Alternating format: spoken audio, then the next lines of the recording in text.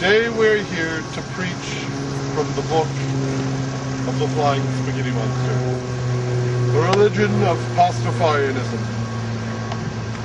Dear friend, welcome to the wonderful world of religion. These are exciting times in holiness. Politicians are crusading, nations are invading, and science is fading. With these changes come religious opportunities, the light of which haven't been seen since the Reformation, or at least since the persecuted masses first huddled together and shipped off to a great democratic revival meeting we call the United States of America. With this in mind, the Church of the Flying Spaghetti Monster, FSM, invites you to learn a little more about us. We'd like to tell you all about our heaven, which features a stripper factory and a giant beer volcano. We'd love to see you dressed in his chosen garb, full pirate regalia. We want you to enjoy Fridays as his chosen holiday. But first, you need to know a little more about us. What do we stand for? All that is good. What are we against? All that isn't good. Sounds sweet, right? Of course, it's not that simple, and that's why we need a book. Doesn't every religion have a book? The Jews have the Bible, the Old Testament. The Christians have ditto, the New Testament. The Muslims have the Q-tip or whatever. The Jains have fun with Dick and Jane. The Sufis have Sufisa. And the Buddhists have Banana Pada. The Hindus have the 10 Little Indians. The Wiccans have the Witches of Eastwick, and so on. If this was a manifesto, a pamphlet, a flyer, an article, or some nut preaching from a street corner, you, fair reader, might perceive FSMism to be another two-bit cult. But we're not a cult. We're more like a bouquet of religion at this point. And this is a book that will stand up to any of the others, at least in terms of strict plausibility, if not literally finesse and retributive beheadings and disembowelments. The more you read about us, the more you're going to be persuaded that the Flying Spaghetti Monster is true creator, and that FSMism is just the best religion ever. Go ahead. Try us for 30 days. If you don't like us, your old religion will most likely take you back. Unless it's the Jains whose feelings are easily hurt. Wonders of science.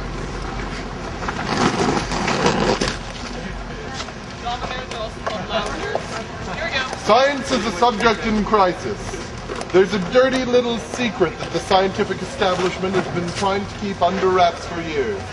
There are many unproven theories that are being taught to people as if they were established fact.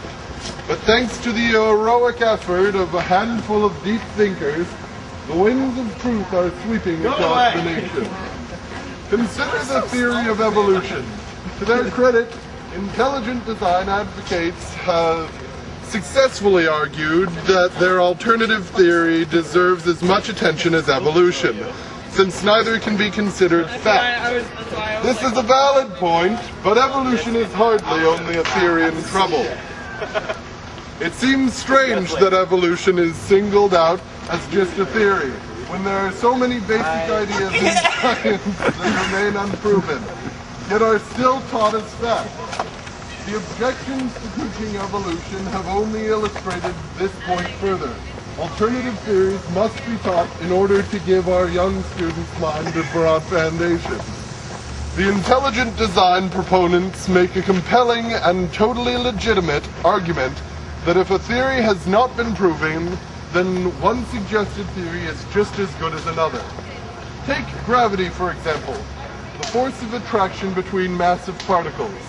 We know a great deal about the properties of gravity, yet we know nothing about the cause of the force itself. Why are particles attracted to one another? If we review the literature, we find a lot of material dealing with the properties of gravity, but very little dealing with the underlying cause of this attraction. Until we have a proven answer to this question, it seems irresponsible to instruct students in what is ultimately just a theory. However, if we must discuss the theory of gravity at all, then it is reasonable that all suggested theories should be given equal time, since none have been proven or disproven. Therefore, I formally submit that the flying spaghetti monster is behind this strange and often misunderstood. What if it is he, pushing us down with his noodly appendages, that causes this force? He is invisible, remember, and is undetectable by current instruments, so in theory it is possible. And the fact that the gravitational powers of the spaghetti monster haven't been disproven makes it all the more likely to be true. We can only guess his motives, but it's logical to assume that if he is going to such trouble, there is a good reason. It could be that he doesn't want us floating off Earth in space, or maybe that he enjoys touching us. We may never know. And while it is true that we don't have any empirical evidence to back up this theory, keep in mind the precedent set by intelligent design proponents. Not only is observable, repeatable evidence not required to get an alternative theory included in the curriculum, but simply poking holes in established theory may be enough. In this case, the established theory of gravity makes no mention as to the cause of the force. It merely presents the properties of it. I fully expect, then, that this FSM theory of gravity will be admitted into accepted science with a minimum of apparently unnecessary bureaucratic nonsense, including the peer review process. For further evidence of the theory true cause of gravity, that we are being pushed down by his noodly appendages, we only need look at our historical records. The average height of humans 2,000 years ago was about 5 feet 3 inches for males, compared with an average height of about 5 feet 10 inches for males today. Useless by itself, this information becomes quite important when viewed in terms of worldwide populations. Humans, apparently obsessed with fucking, have increased their numbers exponentially over the years. We find counterintuitively that a small population correlates with shorter humans, and a larger population correlates with taller humans. This only makes sense in light of the FSM theory of gravity. With more people on Earth today, there are fewer noodly appendages to go around, so we each receive less touching, pushing down towards the Earth, and thus, with less force downwards, we're taller. Over there. Brian. Brian? Mm-hmm. Over there. We can fully expect that as the population increases and we receive less downward pushing by the FSM, will continue to grow in height.